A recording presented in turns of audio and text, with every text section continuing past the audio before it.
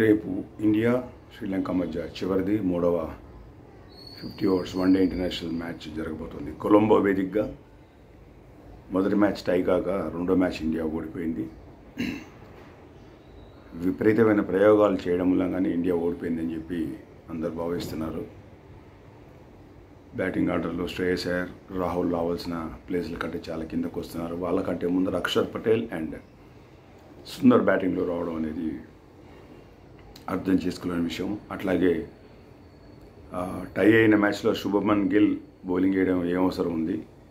అలాగే నిన్నటి మ్యాచ్లో రోహిత్ శర్మ ఒక ఓవర్ వేసాడు. మరి ఎందుకు ఈ ప్రయోగాలు చేస్తున్నారు, దేని గురించి? ఈ సిరీస్ గెలవాలి గెలవకూడదు అనేది ఉంటే, ఒకవేళ అదే కనుకుంటుంటే అందరూ యంగ్స్టర్స్ నడిపిస్తే అయిపోయింది. విరాట్ కోహ్లీ, రోహిత్ శర్మ లాంటి వాళ్ళందరూ ఆడుతూ కూడా ఇటువంటి ప్రయోగాలు చేయడం అంటే మరి అర్థం కాకుండా ఉంది. కాబట్టి సగటు క్రీడాభిమాని, ఎస్పెషల్లీ క్రికెట్ అభిమానికి మటుకు ఇది అంతుపట్టట్లేదు. ఎందుకు ఈ విధంగా ప్రయోగాలు చేస్తున్నారు? ఇది గంభీర్ చీఫ్ కోచ్గా వచ్చిన తర్వాత మరీ ఎక్కువగా మరి అవుతోంది.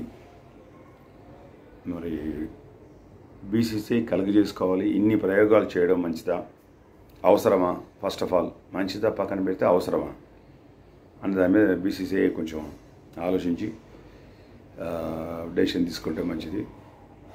ఎందుకంటే రెగ్యులర్ ప్లేయర్స్ రిషబ్ పంత్ ఒక మ్యాచ్ ఆడాడు, పక్కన కూర్చోబెట్టారు, రాహుల్ నడిపించారు. రాహుల్ బ్యాటింగ్లో మరి బ్యాటింగ్ ఆర్డర్ సరిగా లేదు కాబట్టి ఫెయిల్ అవుతున్నాడా, లేకపోతే రాహుల్ని ఏ విధంగా మనం ఫెయిల్యూర్ కింద జమ కడతామో తెలియదు. కానీ చివరి మ్యాచ్కి వచ్చేటప్పటికి రేపు జరుగుతుంది 7వ తారీఖు నాడు. రిషబ్ పంత్ని ఆడిపించి రాహుల్కి విశ్రాంతిని ఇస్తారా?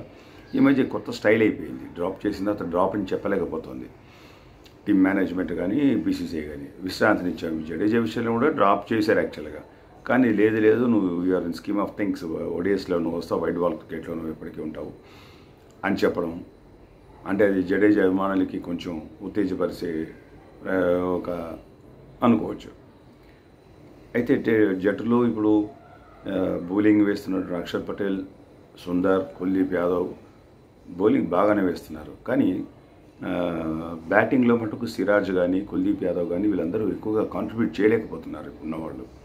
ఆ బ్యాటింగ్లో కొంచెం కాంట్రిబ్యూట్ చేసే వాళ్ళకి కొంచెం బ్యాటింగ్ ప్రాక్టీస్ ఇప్పించాలి. ఎందుకంటే వచ్చేవన్నీ కూడా T20 world cup, champions trophy, మళ్ళీ IPL చాలా ఉన్నాయి.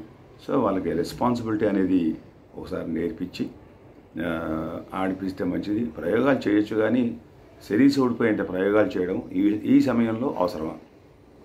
అది చాలా చాలా ఇంపార్టెంట్.